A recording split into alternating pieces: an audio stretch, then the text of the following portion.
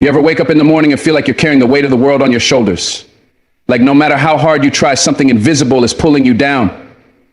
It's not always people. It's not always the circumstances. Sometimes it's you. It's the war inside your own mind, the expectations, the guilt, the fear of disappointing others, the constant craving for approval. You keep showing up for people who wouldn't even notice if you disappeared. You keep sacrificing your peace just to keep someone else's chaos in check. But let me tell you something, that is not freedom. That is bondage disguised as loyalty. That is self-neglect painted as love. You want to know when you'll finally feel free? It's not when everyone loves you. It's not when your bank account hits a number. It's not when they finally apologize. No, you'll finally feel free when you stop betraying yourself to make other people comfortable. That's it. That's the shift. The moment you say, I deserve peace too, the chains begin to break. This speech isn't about becoming selfish. It's about becoming whole. And you cannot be whole if you're constantly pouring into everyone but yourself. You know what keeps so many people in chains? It's the need to be seen, the need to be heard, the need to feel worthy, but only through the eyes of someone else. You could be doing something powerful, something meaningful, something divine, but the moment someone disapproves, doubts you, or doesn't clap loud enough, you start questioning your whole path. You shrink, you silence yourself. You start to doubt the voice inside you just because the voices around you sound louder. And here's the truth most people don't want to hear. Not everyone deserves access to your spirit. Not everyone is qualified to see your vision. Some people are too broken to see your beauty, too blind to see your light. And yet we give them the pen and let them write our worth. That's how we end up living lives that aren't even ours. We dance for approval, beg for crumbs of attention, and call it love. That's not love. That's survival. That's a soul trying to breathe in a room filled with smoke. And it's time to open a window. It's time to let the air in. Because validation from the wrong people will suffocate everything that makes you, you. You ever notice how the people you're constantly trying to please never seem to be pleased? No matter what you do, how hard you work, how kind you are, how much of yourself you sacrifice. They always want more. And not because you're not enough, but because they are empty. And empty people don't know how to receive love. They only know how to consume it. So they take and take and take, and you keep giving because you think maybe this time they'll appreciate you. But what happens? They still walk away. They still talk behind your back. They still don't show up when you need them. And you sit there blaming yourself, wondering what you did wrong, when in reality, the only mistake you made was giving your worth to someone who didn't even value themselves. When a person doesn't love themselves, they'll never recognize real love when it walks in. They'll resent it, they'll reject it, and they'll ruin it. You can pour oceans of love into a person, but if their heart is cracked and closed, nothing you give will ever be enough. Not because you're not worthy, but because they aren't ready. The moment you stop chasing approval, you start chasing purpose. The moment you stop needing to be liked, you start living a life that's aligned. Because here's what no one told you. Being misunderstood is not a failure. It's a sign you're doing something right. Not everyone is meant to understand your spirit. Not everyone has the eyes to see your growth. And that's okay. It's not your job to convince them. It's not your job to shrink yourself so they feel comfortable. Stop making yourself small for people who never had the capacity to hold you in the first place. Stop playing a role in their show when you were born to write your own script. Too many of us are trapped in character, trying to be the good one, the reliable one, the strong one, because we think that's the only way to be loved. But true love doesn't require performance. It requires presence. It requires truth. And the truth is, when you stop seeking validation from people who are still lost in their own insecurity, you stop dimming the light. You were sent here to shine. Sometimes the people you're waiting on to validate you are secretly threatened by your potential. They see your strength, your glow, your courage, and it makes them uncomfortable. So they criticize you, they withhold praise, they act indifferent. Not because you're not amazing, but because your light reminds them of the work they haven't done. Your joy highlights their stagnation. Your joy highlights their bitterness. And instead of being inspired by you, they resent you. So here you are, wondering why They won't support you, why they won't celebrate you, when in reality, they're fighting battles inside themselves that have nothing to do with you. That's why you can't wait around for their applause. That's why you can't keep trying to win over hearts that are too hardened to open. Some people won't clap even if you're on fire because they didn't start the flame, and that's okay. Let them watch in silence. Let them misunderstand you. Let them doubt you. Because when you keep showing up with truth and fire in your chest, you don't need their permission to keep rising. The most dangerous thing you can do to yourself is hand your self-worth over to someone who hasn't earned the right to hold it. You don't give the key to your peace to a person who keeps slamming the door. And yet, that's what we do when we chase validation. We hand over our identity like a gift to people who don't even know how to unwrap it. People who judge us through the lens of their own pain. People who project their fears onto our dreams. People who've never built anything of substance, but somehow have something to say about our purpose. You cannot keep giving VIP access to your life to people who are just passing through. It's time to reclaim your name, reclaim your energy, reclaim the belief that you were enough before they liked you, before they approved of you, before they even noticed you, because you were, you are, and you always will be. Whether they clap or not, your life still matters. Whether they stay or not, your light still shines. Don't dim it for anyone. I know it's hard. I know you were taught that love looks like bending over backwards, like staying silent to keep the peace, like giving more than you get. But real freedom comes when you realize you don't have to beg for the bare minimum. You don't have to prove your value to people who only see you through the lens of their own wounds. Some folks aren't capable of loving you right, and that's not your fault. That's not your burden to carry. You didn't fail because they couldn't see you. They failed because they weren't ready to witness someone real, someone bold, someone free. And freedom is terrifying to people who live in fear. So don't you dare trade your freedom for their comfort. Don't you dare abandon your calling just to fit into someone else's expectations. You weren't born to blend in. You were born to break cycles, to elevate, to rise above what they said you'd be. And the first step to rising is letting go of the weight of needing their validation. What happens when you stop seeking their approval? You start feeling peace. You start walking into rooms without wondering who likes you and who doesn't. You stop second guessing your voice. You stop over explaining your decisions. You stop shrinking. You start taking up space. Not because you're trying to prove anything, but because you finally believe you belong. And you do. You've always belonged. But you were too busy looking through their eyes to see it. Let this be the moment you start looking through yours. Let this be the day you choose your vision over their opinions. Because you cannot walk in purpose and chase popularity at the same time. One will always require the sacrifice of the other. Choose the path that feeds your soul, not your image. Choose peace over performance. Choose truth over applause. Because the right people, your people, they don't need convincing. They'll recognize your light, not because you begged for it, but because it speaks the same language as their spirit. You know what's wild? The people you seek validation from are often the ones who wouldn't know what to do with your heart even if you handed it to them. They haven't done the healing. They haven't built the depth. They don't have the tools. But still you give them power. You let them decide if you're enough, if you're worthy, if you're lovable. And when they reject you, you internalize it. You start believing maybe they're right, but they're not. Rejection isn't always a reflection of your value. It's often a reflection of their capacity. Don't confuse the two. Don't let their inability to love you convince you that you're hard to love. You're not. You're just deep. You're just real. You're just a mirror. And when people look into you, they see everything they're not ready to face.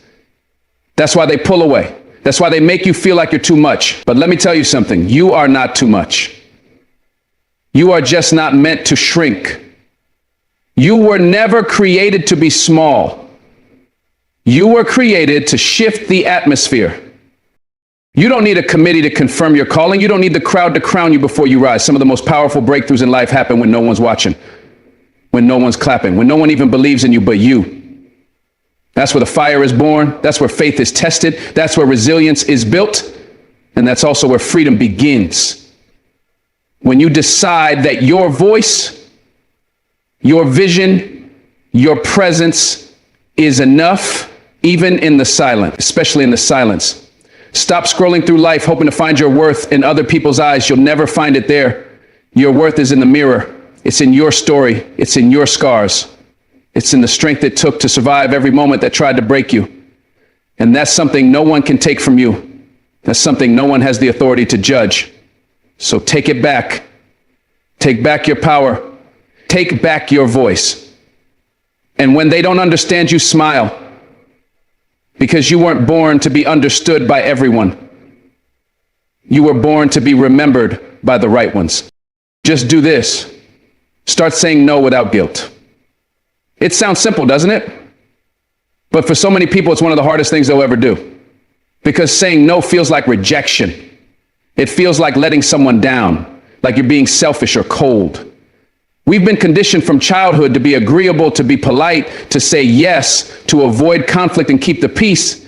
But here's the problem with that. Every time you say yes to something you don't want, you're saying no to yourself. You're betraying your own time, your own energy, your own truth. And that silent betrayal builds up. It drains your spirit. It fills your life with obligations that don't align with your purpose. It teaches people to expect your compliance, not your authenticity. So now you've become the person who's always there, always available, always exhausted. And the worst part, no one thanks you for it. No one sees the toll it takes on your mental and emotional health. They just keep asking for more. And you keep giving, not because you want to, but because you don't know how to stop without feeling guilty. That ends the moment you decide your peace matters more than pleasing people. You don't owe anyone an explanation for your no. You don't have to justify it with a long speech or offer a list of excuses. No is a complete sentence. But we've been trained to soften our boundaries, to cushion our refusals with half yeses and maybe laters. And what happens then?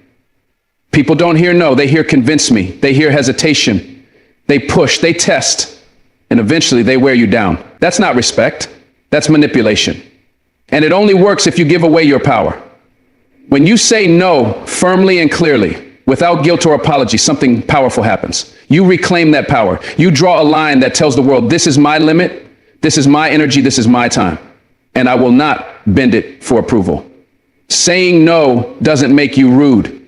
It makes you responsible. It means you're managing your life, not letting other people do it for you. And when you start practicing it consistently, people around you shift. They either learn to respect you or they remove themselves. Either way, you're better off. Because boundaries don't push people away. They reveal who was never really for you in the first place. Let's be honest. The guilt isn't about the no itself. It's about the story in your head that says saying no makes you unkind, ungrateful, or unlovable. But that story isn't truth. It's programming. It's the voice of a younger you who learned that love had to be earned through sacrifice. That being good meant being agreeable, that your needs should come last if it meant keeping peace. But you're not that person anymore. You're not a child seeking approval from authority. You're an adult building a life. And your time, your health, your spirit, they matter. So when you say no, you're not being selfish.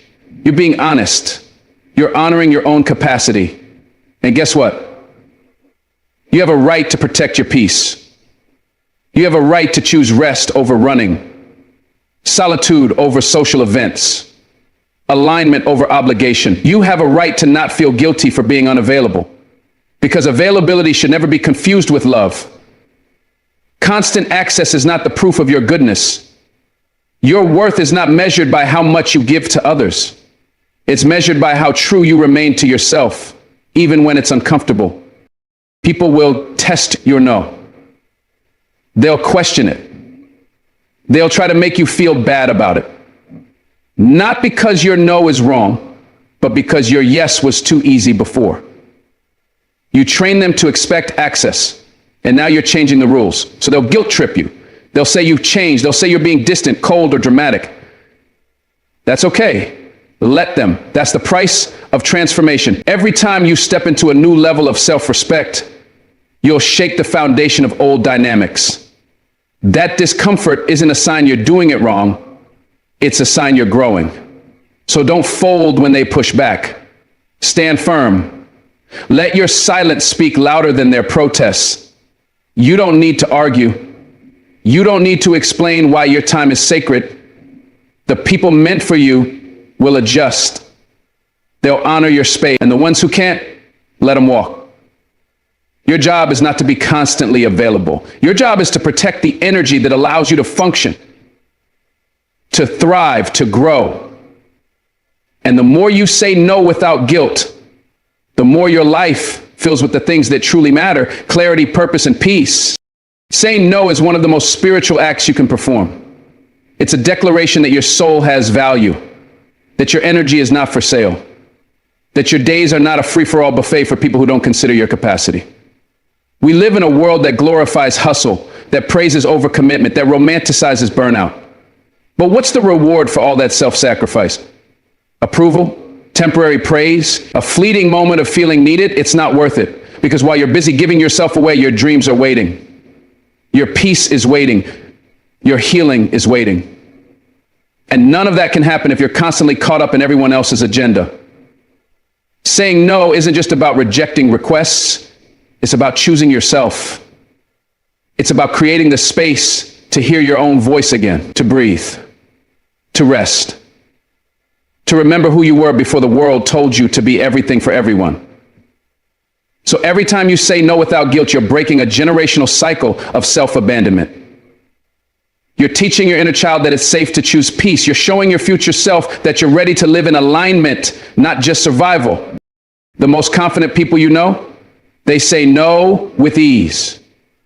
They guard their time like gold. They don't flinch when they set a boundary. Why? Because they understand that energy is currency. And every time you say yes to something that doesn't feed your purpose, you're spending energy you'll never get back. So they're intentional. They're focused. They don't chase approval. They protect their power. And if you want to step into that level of confidence, you have to start doing the same. You have to stop fearing the discomfort that comes with disappointing people, because that discomfort is temporary. But the damage of constant people pleasing, that stays with you. It shows up in resentment, in burnout, in waking up one day realizing you've lived everyone else's life but your own. So the next time someone makes a request that doesn't sit right with your soul, don't negotiate with your gut. Listen to it. Respect it. Let your no be loving, clear, and final. You don't owe your life to anyone just because they asked. And you don't need to sacrifice your sanity to keep people comfortable. You are not responsible for how others feel about your boundaries. That's their work. Your work is to be clear, consistent, and kind, but not apologetic. You can't keep setting yourself on fire to keep other people warm. It's not noble. It's not admirable. It's toxic. And eventually it leaves you empty. You can't pour from an empty soul. You need rest. You need space. You need to be seen as more than just what you can give. So let go of the guilt. Guilt is a liar.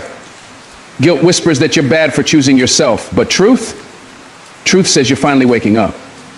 You're finally realizing your value. You're finally living on purpose. And that means there will be tension. Some people won't like the new you. The you that says no when it's not aligned. The you that doesn't drop everything just because they snap their fingers. And that's fine. Let them adjust. Let them talk. Let them misunderstand. Because your responsibility isn't to be liked, it's to be whole. And wholeness often requires difficult choices. It requires disappointing people who are too used to the version of you who never spoke up. Look at how much peace you gain when you stop saying yes out of fear. Fear of rejection, fear of abandonment, fear of being labeled difficult. That fear has kept you small for too long. But here's the truth. People who love you for your yes don't love you. They love your compliance. And the moment you start living in truth, their love turns cold. That's not love, that's controlled. And you were never created to be controlled. You were created to be free. Free to choose, free to rest, free to prioritize your well-being without guilt. So start practicing that freedom. Say no to the invitation. Say no to the favor. Say no to the conversation that always drains you. Say no, not because you're angry, but because you finally value yourself. Every no you speak is a yes to your growth. Every boundary you hold is a bridge back to your power. And when the guilt rises, because it will, Just breathe. Remind yourself that guilt is not the guide, truth is. And your truth matters. Your needs matter. You don't need permission to protect your peace. Just do it and keep doing it. The first few times you say no, it will feel awkward. You'll doubt yourself. You'll want to over-explain, backtrack, or soften it with a maybe next time. But stay strong.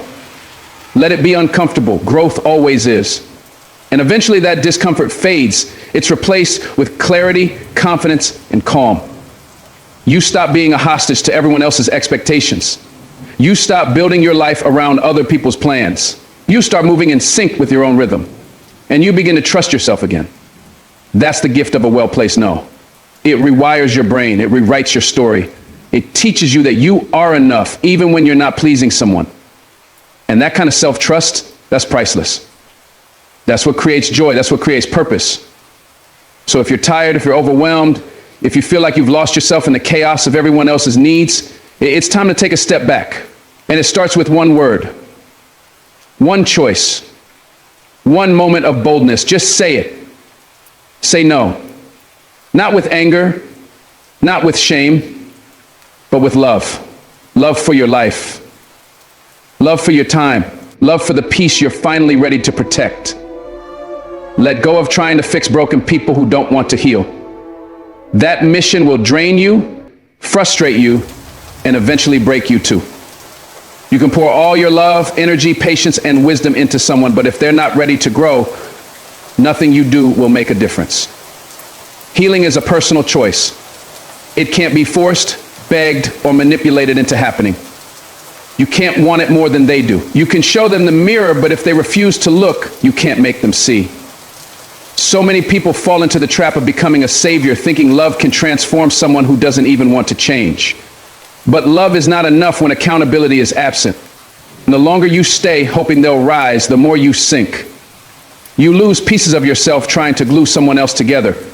You silence your needs to avoid triggering theirs. You walk on eggshells while calling it compassion, but that's not love, that's self-abandonment. You were not created to be someone's rehab center. You were not placed on this earth to be their crutch. You're not supposed to carry someone who keeps choosing to crawl. It's okay to love them and still walk away. Trying to fix someone who's not trying to fix themselves is like watering a dead plant and expecting it to bloom. It doesn't matter how much attention or care you give. If there's no life, there's no growth. And the hard part is sometimes they act like they want help. They talk about their problems. They cry in your arms. They say they want better. But nothing changes. They go back to the same cycles, the same behaviors, the same excuse, and you keep giving them another chance, thinking maybe this time is different. But it's not. Because pain alone doesn't create change, intention does. And if that intention isn't there, you're just enabling a cycle. You start to confuse their comfort with progress.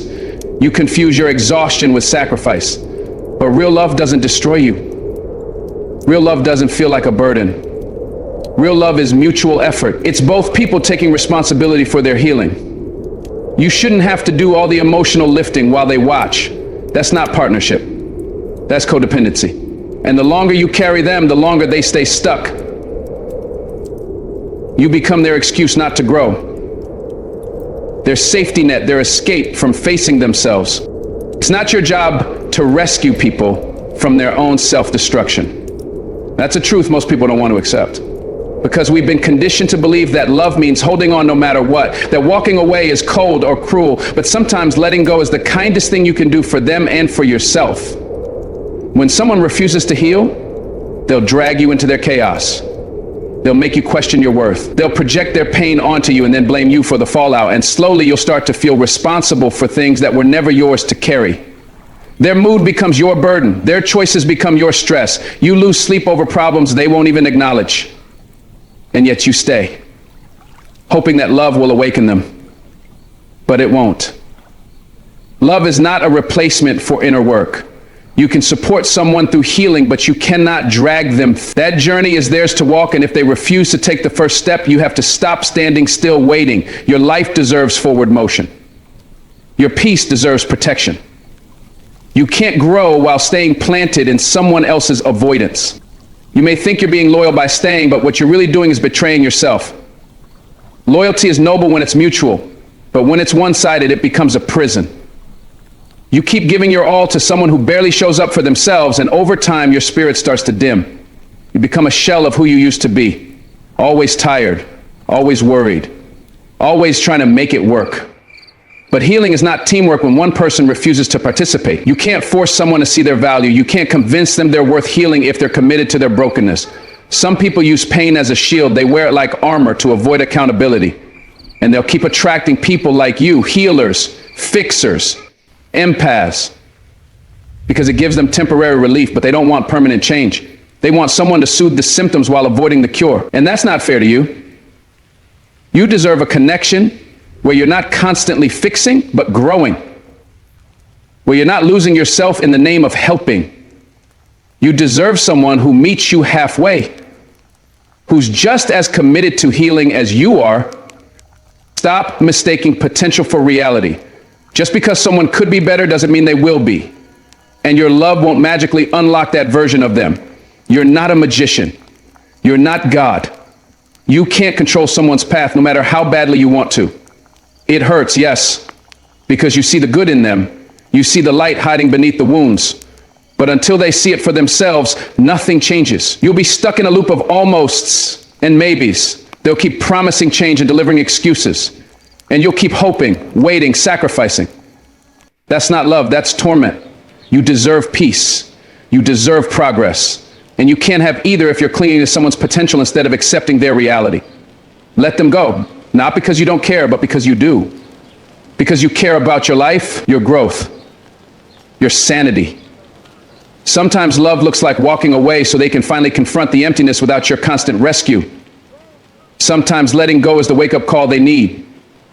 Or maybe it isn't. Either way, your healing can't be postponed any longer while you wait for theirs. You're not cruel for choosing peace. You're not heartless for setting boundaries. You're not selfish for saying, I can't do this anymore. Those are signs of maturity, signs that you're evolving. And with that evolution comes separation, because not everyone can come with you, especially not people who refuse to grow. You are not meant to be an emotional sponge for someone else's wounds. You are not created to be the buffer between someone and their rock bottom. Let them fall if they must. Let them break if they need to. Because true healing doesn't happen until the pain of staying the same becomes greater than the fear of changing. And as long as you keep rescuing them, they'll never feel that pain. You become the cushion, the safety, the enabler. That's not love. It's a trap. And you've been stuck long enough. It's time to breathe, to choose you, to stop fighting battles that don't belong to you. Let go of the guilt. Let go of the need to be their savior. Let go of the belief that love equals sacrifice. Real love respects boundaries. Real love grows. Anything less is a burden, not a bond. It's hard, I know. Letting go feels like failure. It feels like giving up on someone you still care about. But what you're really doing is giving yourself back to yourself. You've been lost in their pain for so long that you forgot what it feels like to be light, to be free, to not wake up in emotional survival mode, to not brace for their next crisis. You deserve more. You deserve mornings that begin in peace, not panic. You deserve relationships where love doesn't require you to shrink. And you can't find that as long as you're tied to someone who won't do the work. They don't need more of your love, they need more of their own courage. And until they find it, your love will always go to waste. You can't fill a cup with holes in it. You can't save someone who keeps diving back into the fire. So save yourself.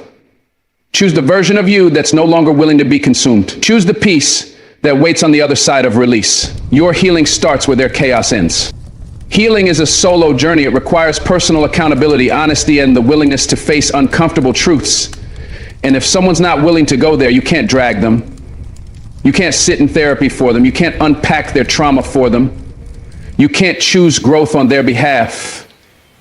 All you can do is lead by example. Be the light. But if they still refuse to follow, let them go. Not everyone is ready to heal, and that's okay. But you don't have to stay stuck just because they are. Your journey is calling, your purpose is waiting, and you can't answer that call while tangled in someone else's dysfunction. It's not love to stay silent while they self-destruct. It's not loyalty to abandon your peace in the name of support. True support has limits. True love has boundaries. And when someone continually violates both, you have a right, no, a responsibility to walk away. You can still wish them healing. You can still pray for them, but you no longer have to be their lifeline. It's not yours to carry. Let them do their work and you go do yours. When you stop trying to fix people who won't heal, you create space for people who will. People who take ownership of their lives. People who meet you in the middle. People who don't expect you to be their therapist, their parent, or their emotional punching bag. You start attracting relationships rooted in mutual growth, not codependent rescue missions. You start healing parts of yourself you didn't even realize were broken from constantly trying to fix others, because when you let go of their chaos, your clarity returns. You find your joy again. You laugh more. You breathe easier. And life stops feeling so heavy. That's what freedom feels like. And yes, there may be moments when you miss them, moments when your heart aches for what could have been. But let that pain remind you why you left. Let it fuel your decision to choose peace over potential, to choose freedom over familiarity. You've done enough. You've given enough. Now it's your turn. Your turn to heal. Your turn to grow. Your turn to be with people who don't need fixing, just loving. Stop apologizing for growing, evolving, and changing. There will be people in your life who don't understand the transformation you're going through, who question why you no longer act the same, why you no longer tolerate the same things, or why you've pulled away from dynamics that once felt familiar. But your growth isn't something that needs to be justified. You don't owe anyone an explanation for healing, for choosing better, or for creating distance between you and the things that once hurt you. People will try to make you feel guilty for becoming someone they can no longer control, for finding your voice, for speaking your truth, or simply for changing your mind. But that guilt is not yours to carry. That's their discomfort talking. The discomfort that comes when someone outgrows the version of themselves others were comfortable with. You are allowed to evolve. You are allowed to outgrow relationships, habits, beliefs, and environments, and you are allowed to do it unapologetically. Because the truth is, if they truly cared about your well-being, they'd celebrate your growth, not guilt trip you for it. So stop dimming your light to fit into rooms you've already outgrown. Stop saying sorry for finally choosing yourself. When you begin to grow, you'll notice people who once supported you starting to withdraw. They might make subtle comments, laugh off your ambitions, or act like you've changed for the worse just because you're no longer stuck in the same cycles. But what they're really saying is, you've outgrown the version of yourself I felt most comfortable with. And that's not your fault. Growth requires discomfort. It requires letting go of outdated identities. And sometimes it requires walking away from people who are only connected to the old you. You can't keep apologizing every time your evolution makes someone else uncomfortable. That's like apologizing for breathing differently now that you've learned how to survive. There is nothing wrong with changing. There is nothing wrong with demanding more from life, expecting more from people, and wanting more for yourself. Your growth doesn't require validation. Your healing doesn't need a permission slip. So if you've become too ambitious, too confident, too self-aware, or too boundary-oriented for some people, let them go. Your journey is not a consensus, it's a calling.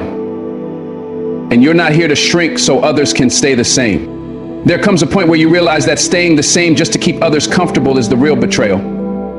Not just to yourself, but to your future.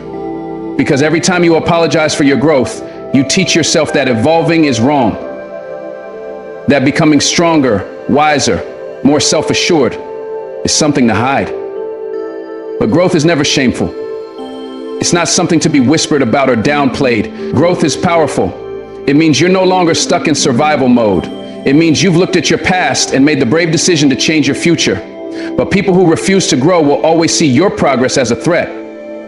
Your healing becomes a mirror to their pain. Your confidence exposes their insecurity. And they may try to tear you down just to feel tall again. But their reaction is not your responsibility. Let them talk. Let them criticize. Let them say you've changed. Because you have. You've stopped settling. You've stopped living to please others. And you've started choosing a life that actually feels good to you. So no, you don't owe anyone an apology for that. Keep growing, keep evolving, keep choosing yourself.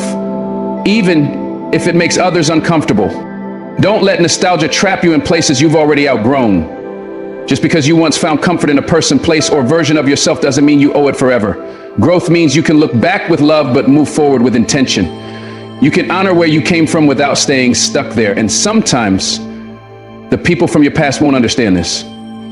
They'll ask why you're different now, why you don't respond the way you used to, why you've become more distant, more focused, or more protective of your time. But what they're really asking is, why won't you keep being who I needed you to be when I wasn't ready to grow? And the answer is simple: because that version of you no longer exists. You're not here to maintain the comfort of others at the cost of your own expansion. You've learned to love yourself deeper, to dream bigger, to say no when something doesn't feel right. And that's not selfish. That's survival. So stop apologizing for putting yourself first. Stop apologizing for no longer tolerating mistreatment, for having boundaries, or for wanting more than just existing. You've come too far to turn back now. There will be days when growth feels lonely, when the silence of separation echoes louder than the praise of progress, when you miss the familiar faces that were tied to your former self. But don't confuse loneliness with wrongness. Just because your path feels quieter now doesn't mean you're going the wrong way. Growth often requires solitude.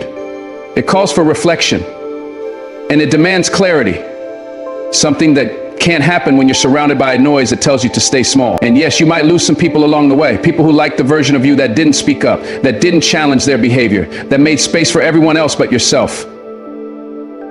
But losing people is not the worst thing. Losing yourself trying to keep them, that's what you can't afford.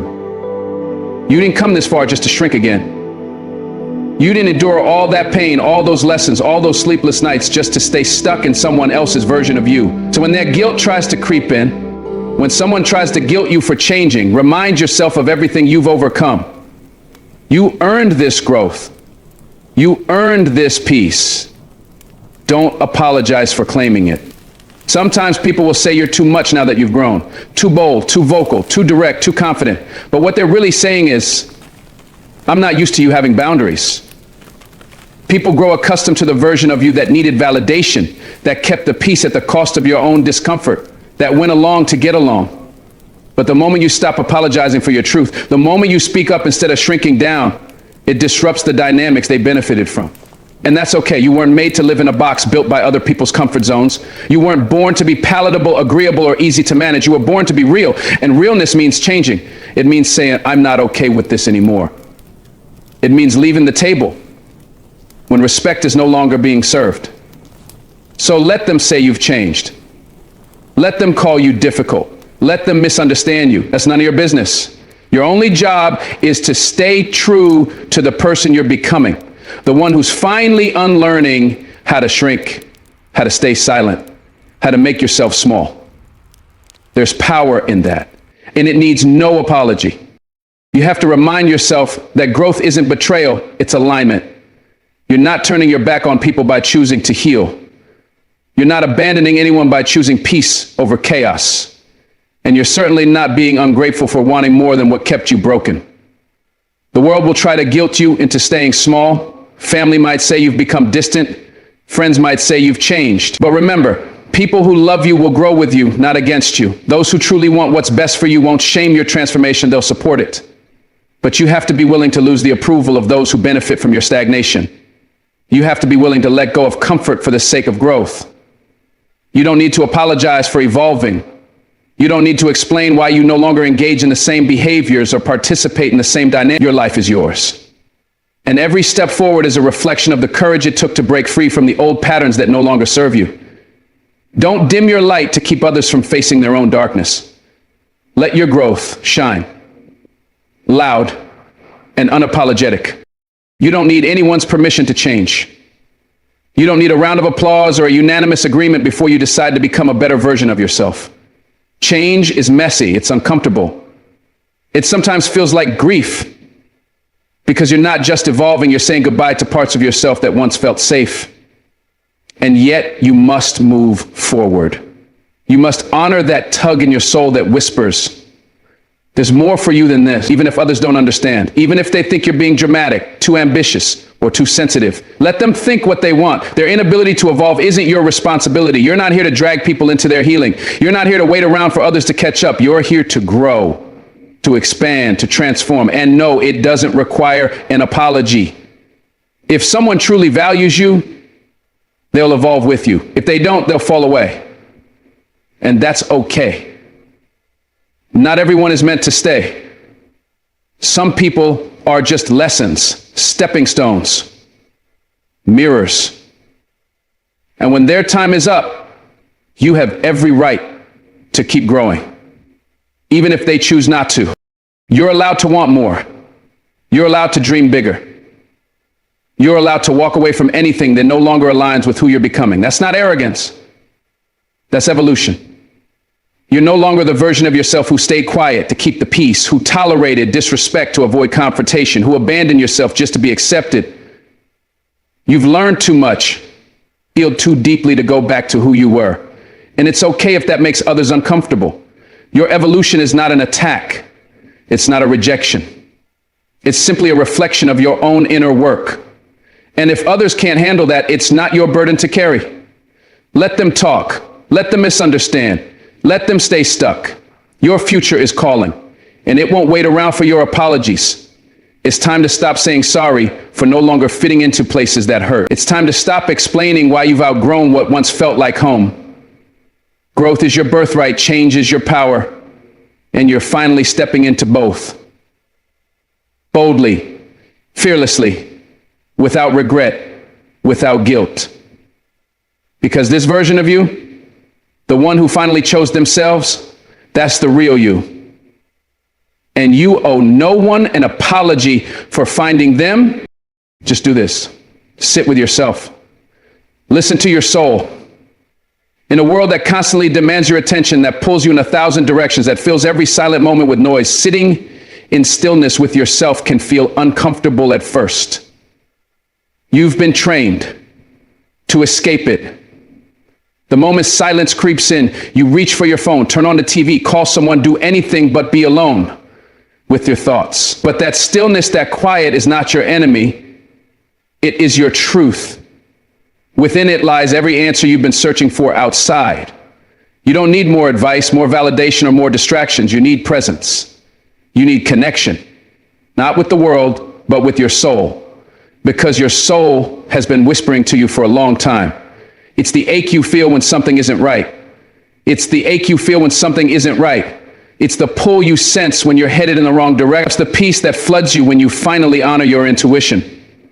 But you can't hear it until you get still. Until you sit down, breathe deeply, and ask yourself, what do I need right now? Not what the world wants, not what others expect, but what your soul truly longs for. It won't always be easy. Sitting with yourself means facing things you've buried, emotions you've avoided, wounds you've tried to patch over with busyness and distractions. But healing doesn't happen through avoidance. It happens through acknowledgement. It happens in the quiet moments when you finally allow yourself to feel what you've been suppressing. You may cry. You may feel restless. You may want to get up and run away, but don't. Stay. Stay with yourself long enough to see that you are not broken. You are not too much. You are not behind. You're simply human, navigating a world that rarely encourages stillness, rarely encourages self-connection. But the moment you make space for it, everything begins to shift. You start recognizing patterns. You start hearing your inner voice more clearly. You start letting go of things that never belonged to you. And in that stillness, you discover your power. Not the kind of power that screams or forces, but the kind that's grounded, steady, unshakable. That's the kind of power that only comes when you sit with yourself, when you listen without judgment, when you finally let your soul speak louder than the noise of the world. When you give yourself the gift of solitude, you begin to understand the difference between loneliness and being alone. Loneliness is a longing for connection that feels missing. Being alone, when embraced intentionally, is an act of deep self-love. And it's not about isolation. It's about recalibration. It's about resetting the nervous system, reconnecting to your heart, realigning with your values. And the more you do it, the more you crave it. Not because you don't love others, but because you begin to see how much wisdom, peace, and direction you hold within yourself. You no longer chase people who don't see your worth. You no longer stay in environments that drain your energy. You become more discerning, more protective, more intentional with your time and presence. Sitting with yourself allows you to clarify your desires, your needs, and your boundaries. It brings you back home to a place that's not shaken by other people's opinions, not shaped by external success, not defined by temporary circumstances. You remember that your soul already knows the way. You just need to slow down long enough to hear it. And when you do, you'll wonder why you ever looked for answers anywhere else. Your soul isn't loud. It doesn't shout over the chaos. It whispers. And you'll miss it if you're always rushing, always filling your space with distractions, always listening to everyone but yourself. You might be asking, what should I do with my life? Or why do I feel so empty even when everything looks good on the outside? But those answers aren't out there, they're within. You've simply forgotten how to listen. You've forgotten that clarity doesn't come from overthinking or endless advice. It comes from inner alignment, from stillness, from being radically honest with yourself. When was the last time you sat down without a goal, without an agenda, without needing to produce or perform? When was the last time you asked yourself what you feel, not what you're supposed to feel? These moments of truth require courage, because sometimes your soul tells you things you're not ready to hear, like the relationship that's not right, the job that's draining your spirit, the path that's leading you further from your purpose.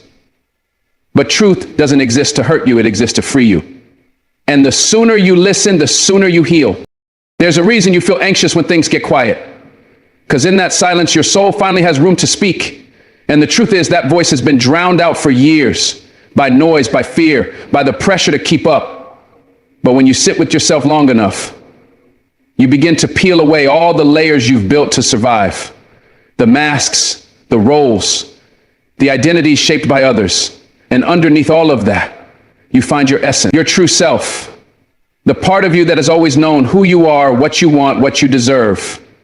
It's not about becoming someone new. It's about returning to who you've always been. That's what soul listening does. It reconnects you to your authenticity. It reveals the truth you've buried under years of expectations. And once you hear it, you can't unhear it. You start making different choices. You stop settling. You start honoring your energy. And you no longer tolerate anything that forces you to betray yourself. This kind of alignment isn't loud or flashy. It's quiet. It's subtle. But it changes everything. Because once you learn to listen to your soul, you stop needing the world's approval. Sitting with yourself allows you to build emotional resilience.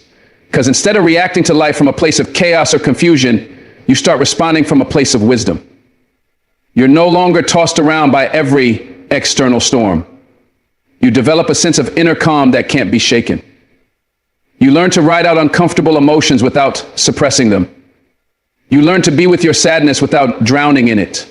You learn to sit with uncertainty without forcing a quick answer. That's emotional maturity.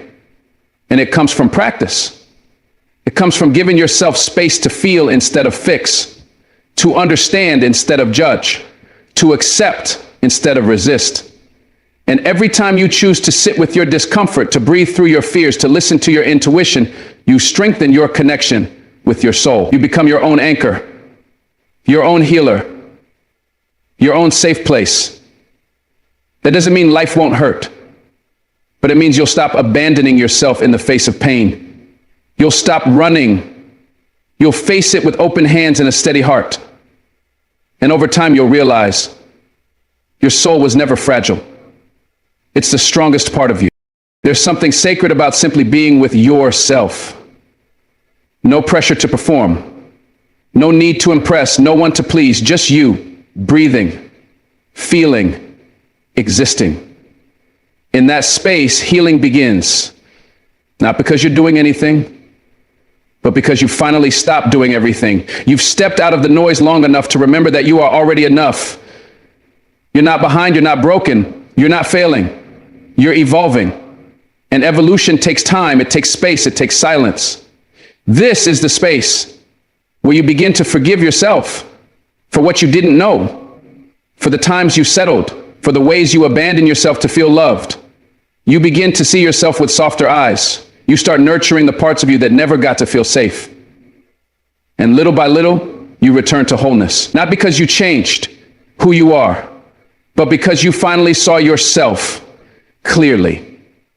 That kind of clarity only comes from sitting with yourself, from being present in your own body, in your own mind, in your own soul. It's not about fixing, it's about listening. And when you listen, you find peace that no achievement or relationship can give you.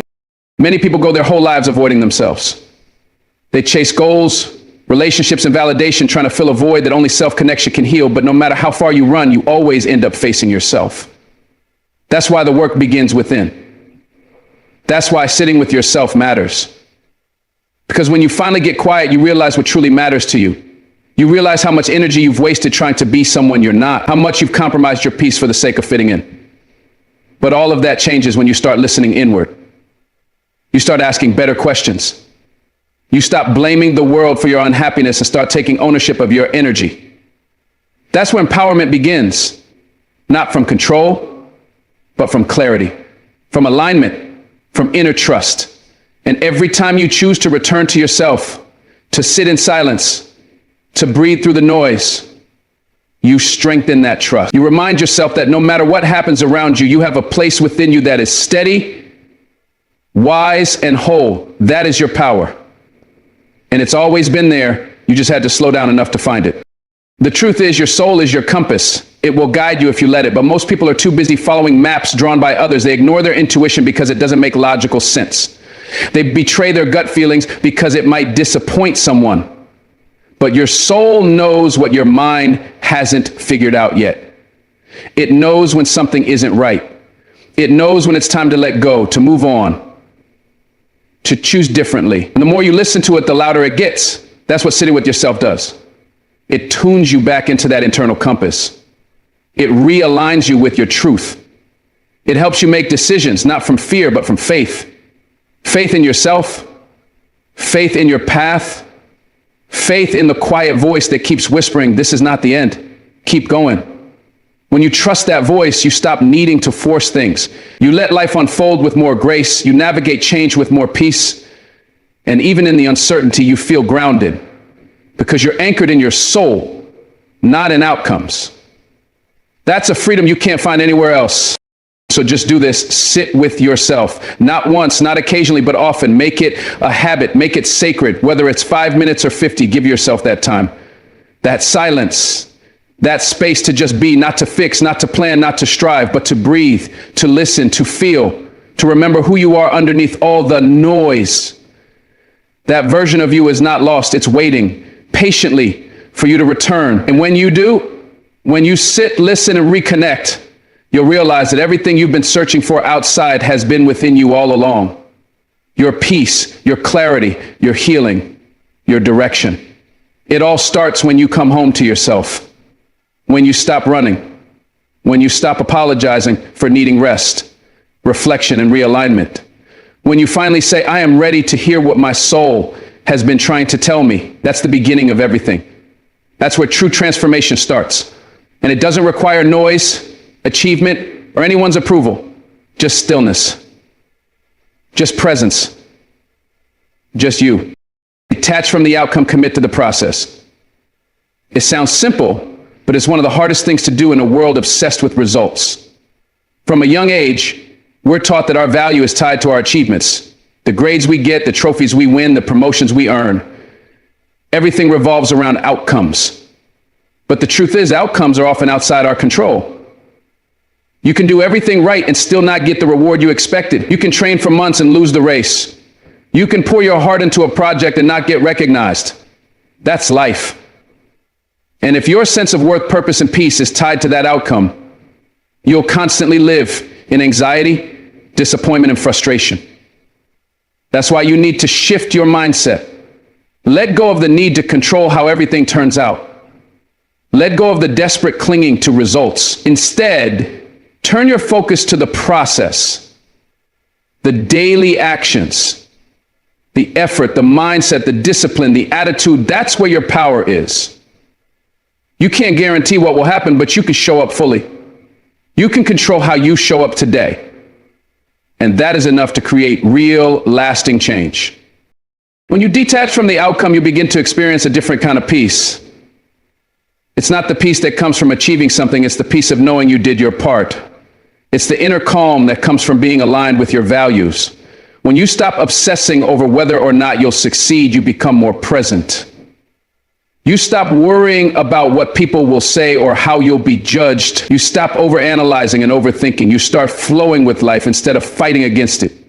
Think about the artist who paints not to sell, but to express. Think about the athlete who trains for the love of the sport, not for the applause. Think about the entrepreneur who builds something out of passion, not just profit. These people find joy in the process itself, and ironically, they're often the ones who do achieve great results, not because they chase them, but because they're deeply immersed in the work. When you fall in love with the process, everything changes. You become resilient. You keep going when others quit. You build character. And even when the results don't come right away, you stay grounded because your peace doesn't depend on the outcome. There's a reason why detaching from the outcome feels so unnatural. Because the ego craves validation. The ego wants results. It wants recognition, awards, and applause. It wants proof that we're enough. But when we constantly chase results to validate our worth, we become prisoners of performance. We become addicted to winning, to approval, to external affirmation.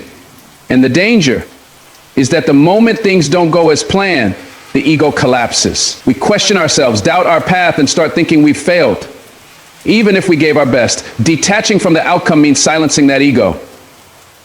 It means reminding yourself that you're already enough, that your worth is not determined by a scoreboard, a bank balance, or a title. It means developing a deeper connection to your purpose, a purpose that's rooted in growth, in learning, in contribution. When your focus is on the process, you start asking different questions. Instead of did I win, you ask, did I grow? Instead of did I succeed, you ask, did I show up with integrity? Those questions are far more powerful because they build a life of substance, not just surface level success.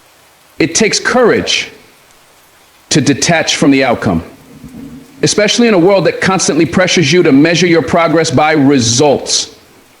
People will ask you, what do you have to show for your efforts? They'll measure your value by your metrics. And if you're not grounded in the process, you'll start questioning yourself. But true growth doesn't always produce immediate results. In fact, the most meaningful transformations often happen in silence, in private, without any recognition. It's in those lonely hours of practice, the days when no one is watching, the seasons where you're not winning, that you're actually building strength. Committing to the process means learning to value those invisible wins. It means celebrating the discipline to show up, even when there's no guarantee of success. It means trusting that the seeds you plant today will eventually grow, even if you can't see them yet. And it means understanding that the outcome is just a moment in time, but the process is your life. Your character is built in the process.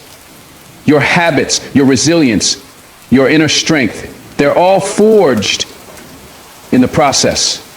That's where the real reward is.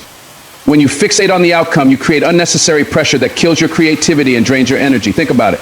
How many times have you started something with passion, only to become discouraged because you weren't getting the results fast enough? You lose motivation not because you hate the work, but because the outcome isn't meeting your expectations. That's the trap of outcome-driven living. It robs you of the joy of creation. It makes everything feel like a test instead of a journey. But when you shift your mindset to embrace the process, everything changes. You begin to find joy in the repetition. You see meaning in the struggle. You find power in the daily grind. There's something beautiful about showing up day after day simply because you're committed. Not because someone's watching, not because you're guaranteed a reward, but because it matters to you. That kind of commitment creates momentum. It builds confidence. It fuels you from the inside out. And eventually those small, consistent efforts start to compound. The results may come slowly, but they come with integrity, not out of desperation, but from genuine, grounded action. When you're committed to the process, you learn patience. You stop rushing. You stop forcing. You begin to understand that growth has its own timeline. You realize that just because you haven't seen results yet doesn't mean nothing is happening. Sometimes the most powerful breakthroughs are happening beneath the surface. It's like planting a seed. You don't dig it up every day to check if it's growing. You water it, you nurture it, you trust the process. That's how life works too. You can't always see the progress, but if you keep showing up, it's happening. Detachment from the outcome is what allows you to stay grounded during the waiting. It keeps you from giving up too soon. It gives you the endurance to stay the course, even when the finish line isn't visible.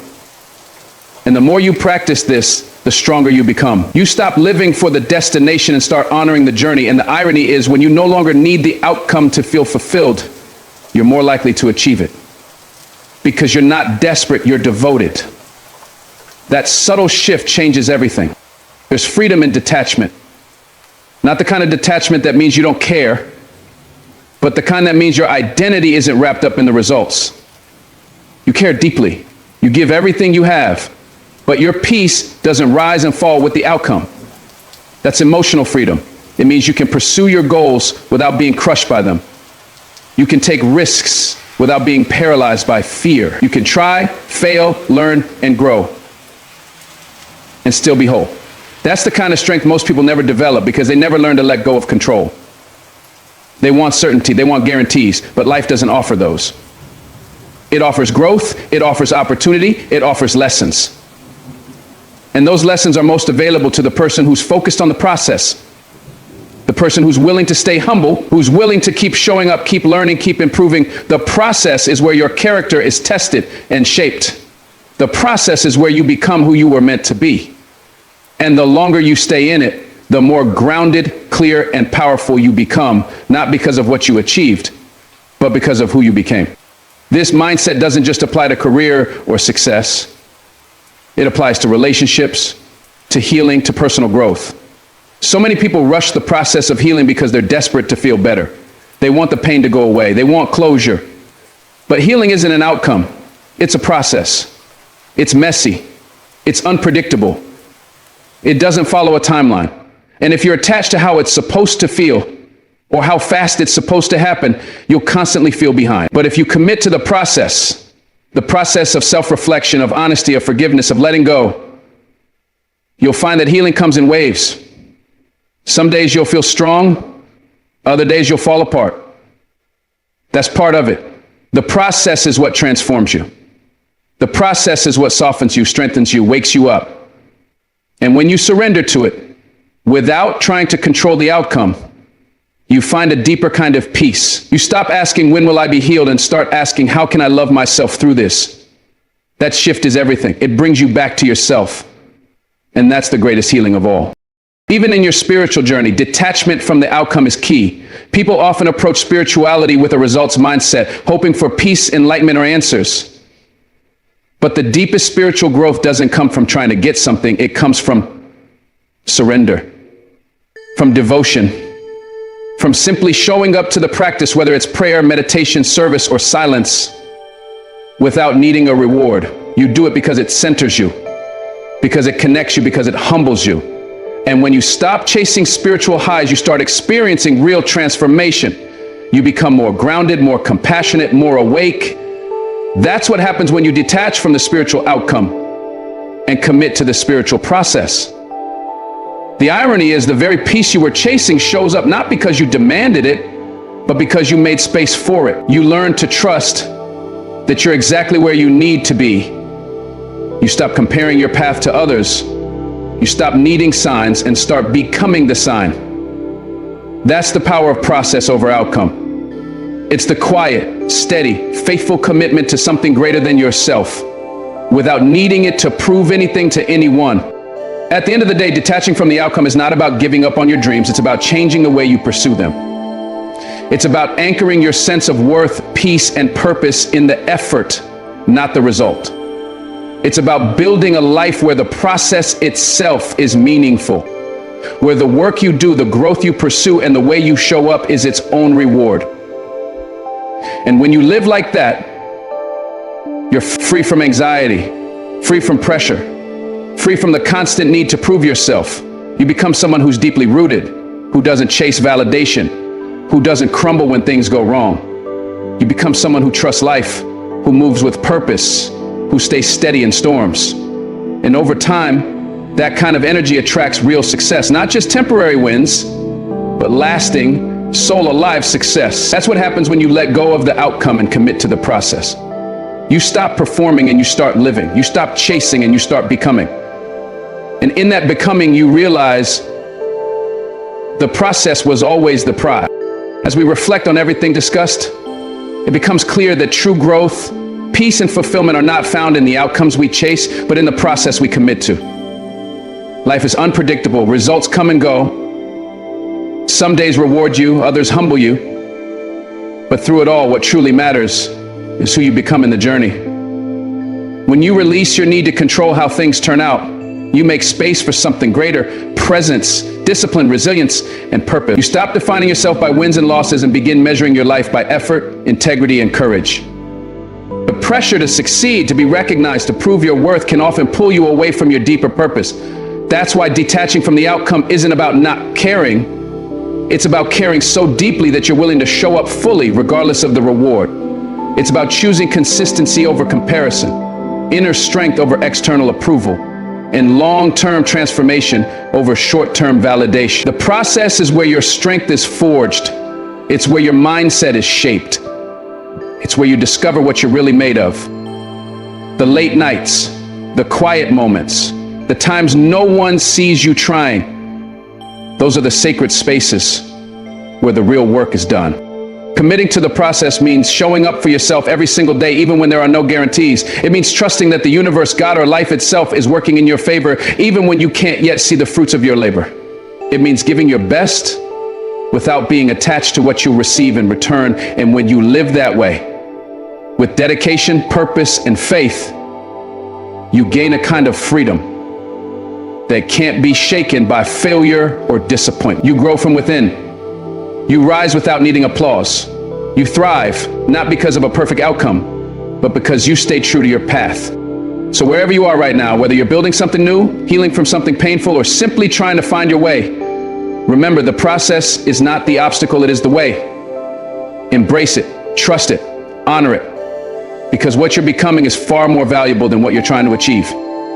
Keep going. Keep showing up. Not because you're guaranteed success, but because your soul deserves the effort. The process is sacred, and you are stronger than you know. Thank you for being here. Thank you for committing to growth. Keep your heart open, your spirit steady, and your focus on the path, not the prize. God bless you, and may peace and strength guide you always.